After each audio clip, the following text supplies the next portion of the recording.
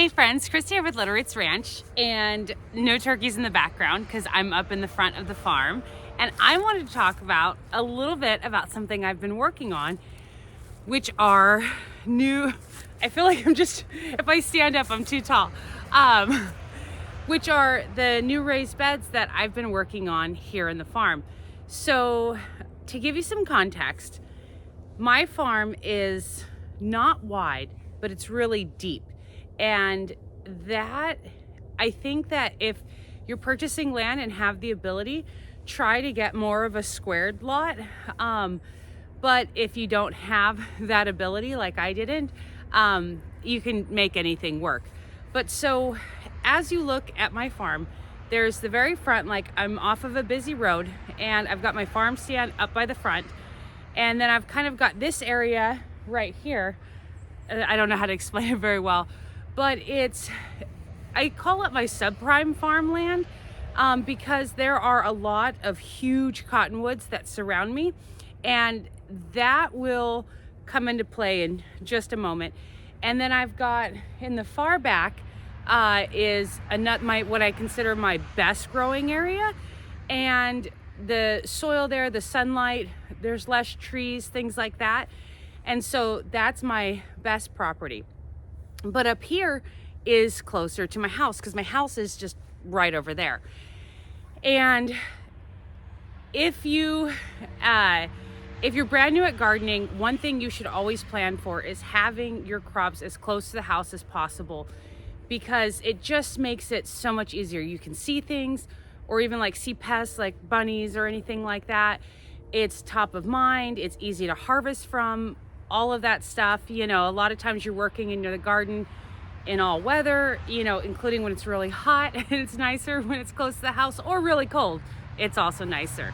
But this particular plot up front, I've always called the people garden because it's near the house. We've got the chicken garden, pig garden, sheep garden, you know.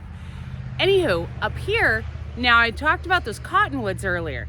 So I have had the biggest problem growing up here in the ground for a very long time, and I haven't been able to figure out what it was. I've done soil samples, I've tried growing different things, I've tried bringing in compost, I've tried bringing in you name it, and I've tried it. And I couldn't figure out why I'm having such a problem. And I still am not exactly sure, but what I think is my problem are these beautiful cottonwoods. Now, I don't want to get rid of them because I do love them. So I was trying to think of a way to circumvent that. Now, the reason that cottonwoods are a problem is that they drink lots and lots and lots of water. I don't remember the amount off the top of my head, but it's like, I don't know, it's like 5,000 gallons a day or something like that. I don't know, don't quote me on that, but it's some like insane number. I've heard that if you make a cut into them, that like water just pours out. I've never done that, but anywho, so I feel that my garden has really suffered because the cottonwoods take all of the moisture out of the ground, even with frequent watering. Furthermore, because I'm right, like, I don't know, right now I'm like 50 feet away, or 50 yards, I don't know, away from my farm stand. And so I've always kind of had a dream of like, you pick berries. And so this is something new that I'm dipping my toes into, and I'm so incredibly excited. And this factors into the choice to make the raised beds. And I'll go through a little bit more and explain what I've done, costs and stuff like that. But the reason I chose the raised beds, so number one was to help create a barrier between what the cottonwoods drink out of the ground and the actual crops that need it. Number two is that I have had lots of families and stuff like that come visit the farm, and the youngins, a lot of times, even though I had wood chip paths and I would tell them please stay on the wood chip paths, you know, they just run through the garden, or like maybe a dog, or even adults, you know, like I have a lot of problems with people not necessarily knowing where they can step. But with a raised bed, you can't, especially, you know, it's pretty tall. Like, you know, you're not going to accidentally step into that, hopefully. And then also my back. You know, I do everything by hand. I don't use, I use a tractor for some things, like mostly moving stuff or whatever. But as far as like cultivation, like keeping the weeds down, that's all hand weeding, hand picking, hand everything. You know, it's a very me powered farm, and my back hurts. And so with that height, as you can tell, it's a little bit easier, or even in a squatting position, it puts it up higher, you know, as opposed to in the ground. Also, I think it looks better and it makes it easier. I think it makes it more accessible, for older people or people with disabilities or whatever, to be able to, you know, then it's kind of at, like, if you're in a chair, whether a wheelchair or just a regular chair, because you want to come sit by the garden, it's easier to reach into and work and stuff like that. And I think it just looks beautiful. I think I already said that. And it was something new. And I thought it would be a really good kind of way to have little segments of the garden. And so I decided to go with raised beds. Then I started, so my very first idea for a raised bed had like larger wood side paneling, I guess, with like metal in the middle. And I had a bunch of different ideas. And the sheer cost to build them, excuse me, made it cost prohibitive. And because there's also the filling, and I'll get to that later as well. But it made it really, really, really expensive. So I was like, well, I'm not going to be able to do that. So I scoured like everything. I tried to look up like building raised beds with what are those, cinder blocks and different types of wood, treated wood, untreated wood, just basically everything. I didn't find anything I liked. And then one day I stumbled across fence boards. And so you can get the ones that are dog-eared or have like the little like design on the top, you know, like for like the wood fence that, you know, people have.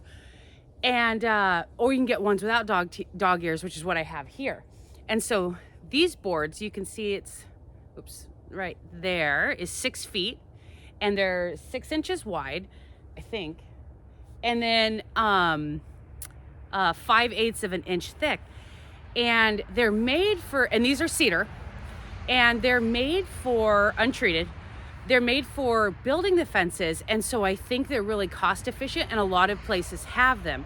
Now I was a little worried because I have done cedar beds before, but I used rough cut cedar that was like 2 inches thick.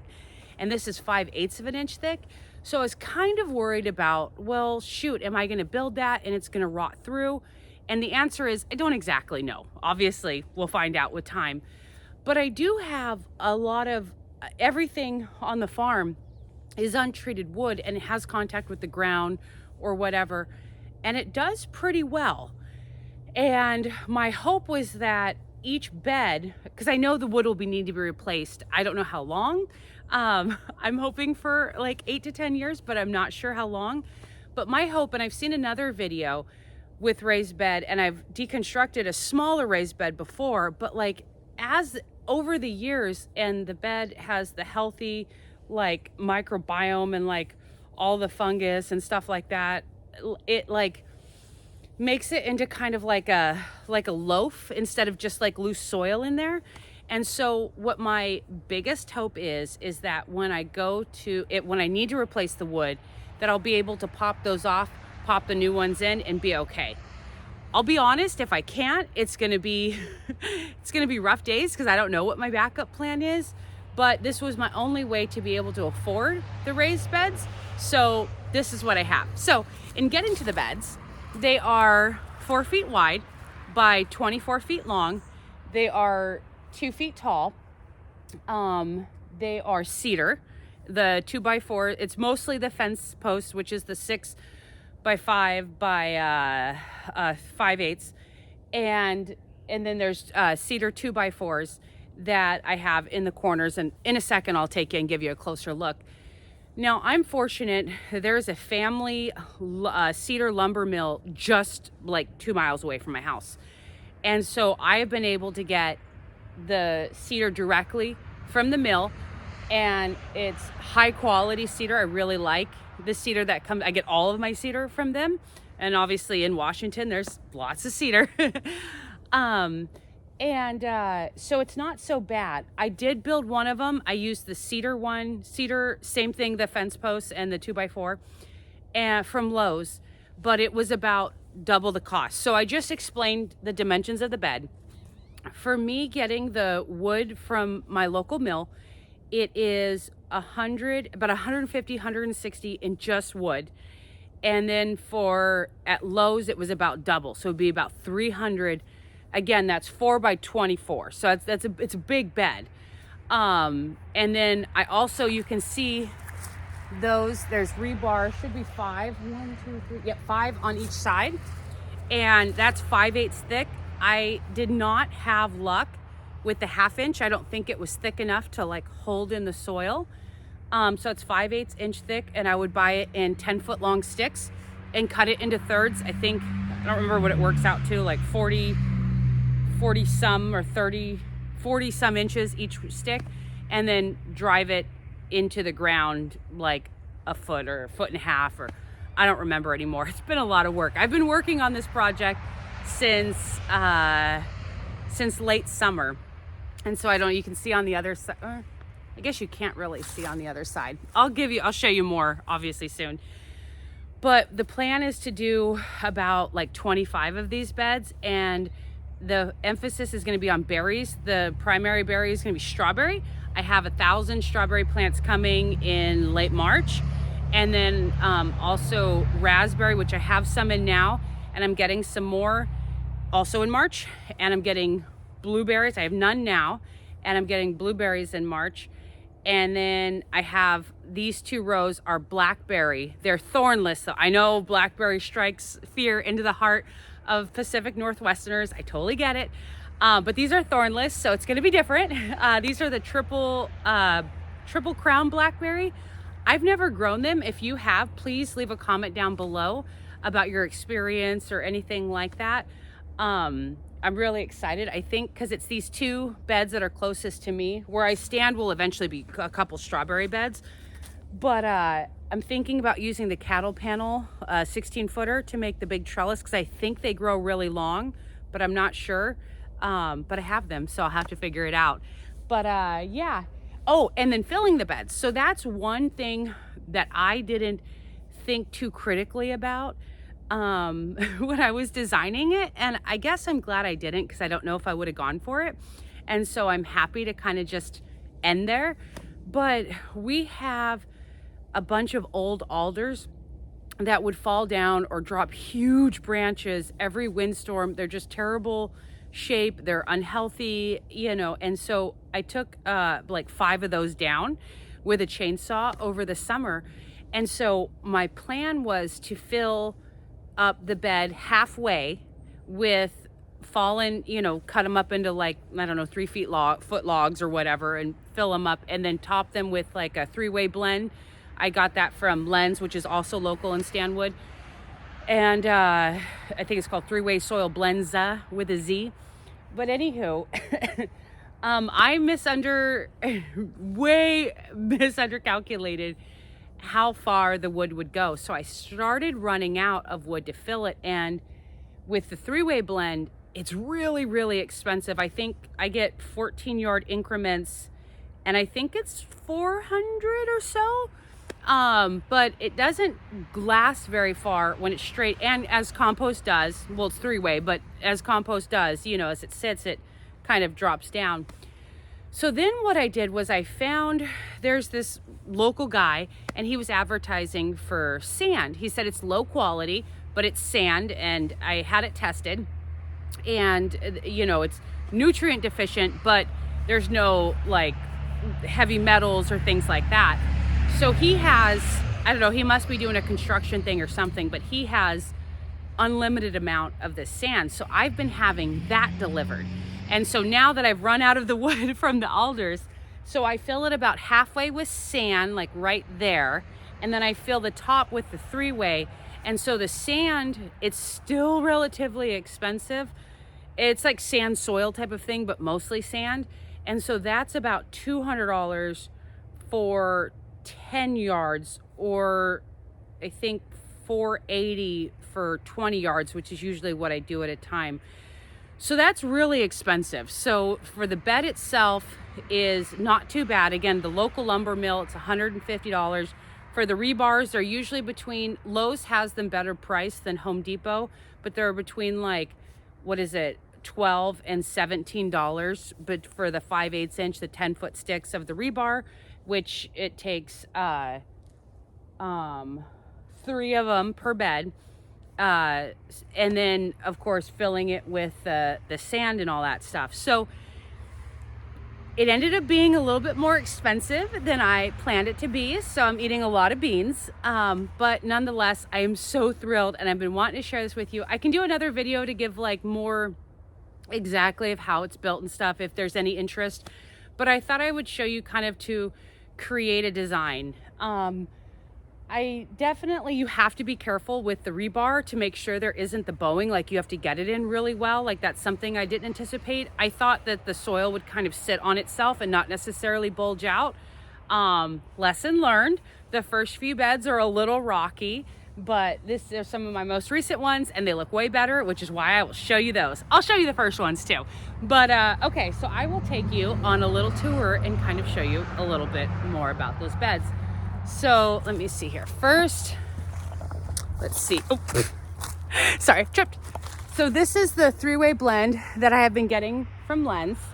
And so that's the most expensive of the implements or the fill or whatever that I use. So I try and treat that like gold just because it's really expensive. And then there's the farm stand, but I need a roof on it. So that's the plan. If anybody's local and wants to help put up galvanized steel to whatever the roof on there, let me know. And then this, there's not that much left because I've been working on filling blueberry beds with it, but this is that sand. So it's like low quality, walking backwards, I don't fall again. It's like low quality sand, but it works really well. Also, I haven't grown blueberries successfully in the past, but I realized that blueberries specifically are very sensitive to like acidity or whatever. And all of this ground sits at like 6.5 for acidity, including the sand. But compost is generally at a 7, but it's got too much like, I don't know what it is exactly. I'll be honest, I don't exactly know. I've been following the University of Oregon. They've got extensive research. They had a doctor that just retired. Dr. Bernadette, I think was her. Don't quote me on that, but something like that. And she has talked nonstop about the do not use compost blueberries, no. Compost blueberries, no. And they've tested it on large scale farms at different percentages, even like one part compost to 10 part like a pine or whatever, at like wood chip, and it still like stunted the plants and stuff like that. I think if you're just trying to grow like one plant in your backyard, I'm not sure that it makes as much of a difference. But if you're really trying to like maximize that output, then it becomes more important. So as you can see here, there are 2 rows of beds. Aren't they so beautiful? And then down the middle, I've been using the tractor to move the compost and the soil and stuff like that.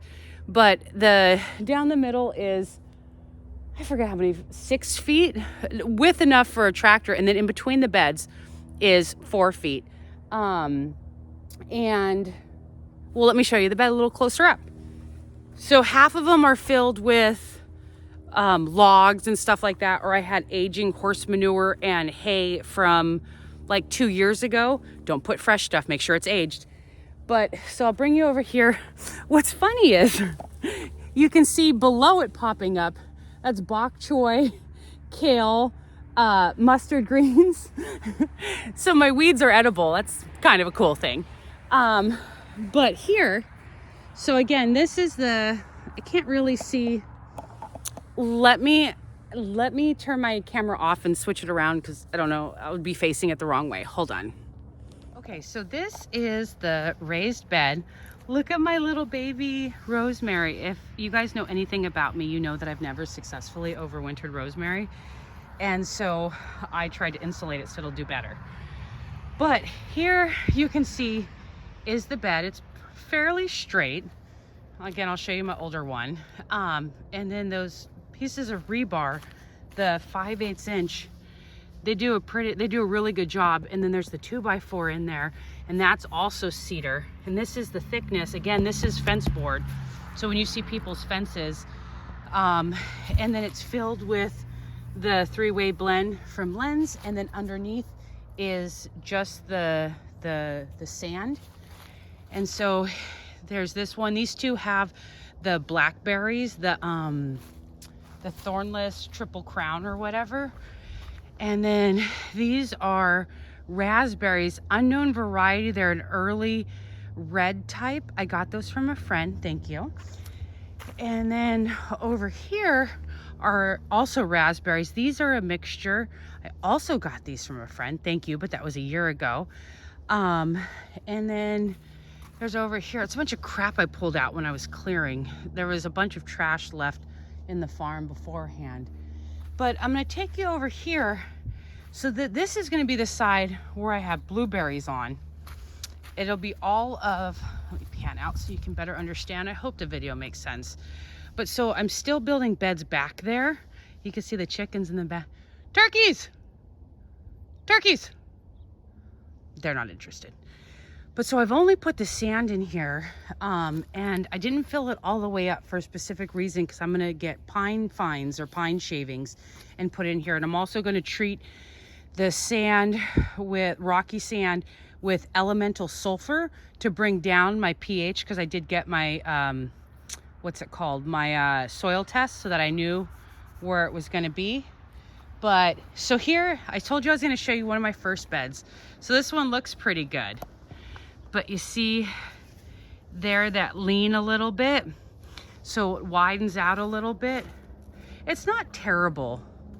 Or like with this one, how it goes a little bit like that. It's not anything that is a big issue, and surely, or I think, or surely something that I really care about, but I really like this idea for the raised beds, and I feel like it's economical. If I were to give tips, like if somebody were to take this and try to redo it, if you have the money, I would definitely say go with a rough cut, thicker piece of board. Like if you're only doing like 1 or 2 raised beds outside of like a condo or in your backyard or near a seating area or something like that, definitely go with the thicker boards, because it'll last longer and be sturdier. But you know, if you're trying to scale up, you might want to take a risk. And you know, this, I feel it was the best, most economical thing that I could find, and that was important to me. And I love that I can sit on the side, you know, and I can hand weed. I'm really big on crouching, and so I can just crouch like right here, and then my hands are right over. So if I'm like weeding or talking, or if like me and a partner or somebody are going down the rows, one on each side, and it just makes it really easy, and I hope it works out. If you guys have any tips, if you've ever done any raised beds like this, I would love to hear feedback from that. Obviously, I will find out myself. If you have any feedback on the triple crown thornless blackberries, I would very much appreciate that. Or just any advice for anybody in the community that'll be reading the comment section about raised beds or anything like that. Yeah, so I just want to share what I'm working on, and I'm really excited. And the long-term plan, not this year, but the long-term plan, if the insurance isn't too expensive, I roll, is to have pick your own berries, because my farm is pretty small. But what I really want, you know, as a community farm, like I'm not growing potatoes for like Lay's potato chips or anything, but I want to be able to create like family memories within my community with healthy food grown without like agrochemicals. And so my dream is that families will be able to bring their kids, or even just solo people who want to get away from life or whatever, and they can come to the farm and be surrounded in the summer by the green and the beauty and the flowers, and come pick some of what I think is the best food. I think fruits are, I'm definitely a fruitarian. And so they could come and pick their own stuff and create memories, or maybe, you know, somebody on a first date or something. I don't know. So that's the dream, I guess. Stay tuned, obviously, for more and updates and stuff like that. And if you made it this far, thank you. I really appreciate it. If you wouldn't mind liking it, if you enjoyed it. If you have any questions, put those in the comments. And happy gardening. Bye. Oh, and Happy New Year. Forgot to open with that. But Happy New Year.